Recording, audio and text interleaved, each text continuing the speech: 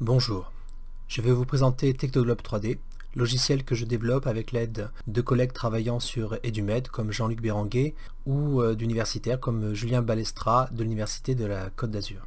J'ai également le soutien de Jean-François Madre, auteur du logiciel Technoglobe, qui m'a autorisé à réutiliser le nom de son logiciel pour mon projet. Il s'agit donc d'un globe virtuel que nous pouvons faire pivoter. Nous pouvons également nous rapprocher pour travailler à la manière d'une carte, avec le nord toujours orienté vers le haut. Sur ce globe, nous pouvons changer le fond de carte, bien entendu, en mettant par exemple une carte topographique avec une légende de relief. Et nous pouvons rajouter des calques pratiques comme les frontières des pays, ou encore des calques de données comme l'âge du plancher océanique.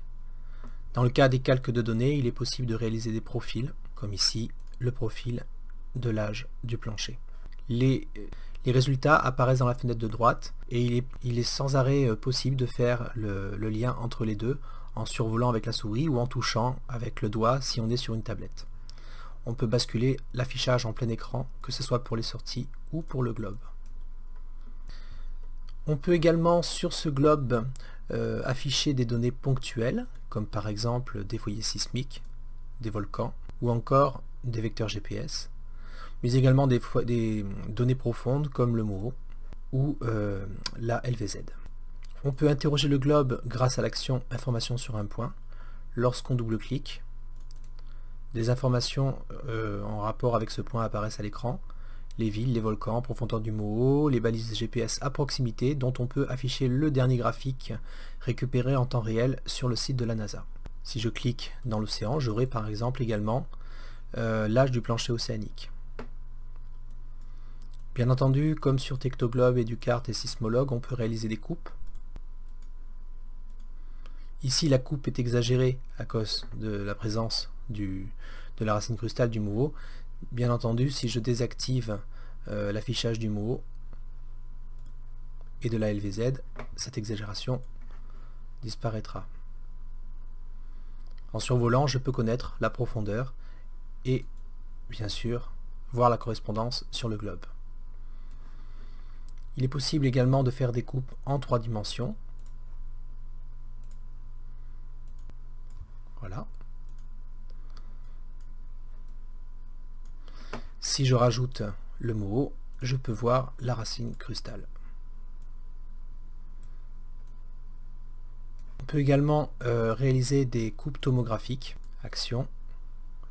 Tomographie, je rajoute les données tomographiques et je fais ma coupe. Par exemple ici, ou alors au niveau du Japon. Et on retrouve le même type de coupe que dans Tomographie sismique V2.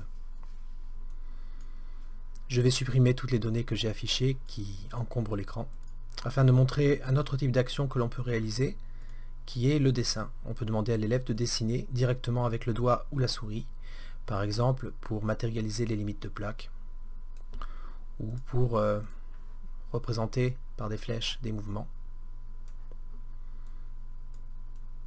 des courants, on peut tout imaginer. Cette fonction a été testée en collège avec un grand succès, comme vous pouvez l'imaginer. D'autant plus que les dessins sont en 3 dimensions, comme on peut le voir ici. Ils peuvent être enregistrés pour que l'élève puisse y revenir plus tard.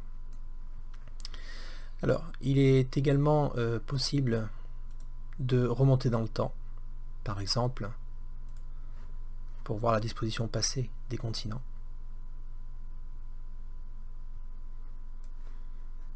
Ou de simuler les variations du niveau de la mer par rapport aux conséquences, par exemple, des changements climatiques.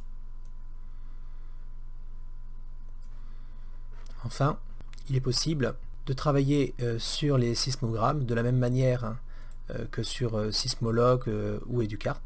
On peut importer les sismogrammes directement au format zip ou au format .sac comme sur Sismologue. Les zip sont des dossiers contenant différents sismogrammes que l'on peut par exemple récupérer sur EduMed. Là, c'est un zip que j'ai récupéré sur EduMed et vous voyez, on peut le charger. Il s'ouvre parfaitement dans le logiciel à droite de l'écran. On peut restreindre l'affichage à un seul canal, ça ne sert à rien d'afficher tous les canaux.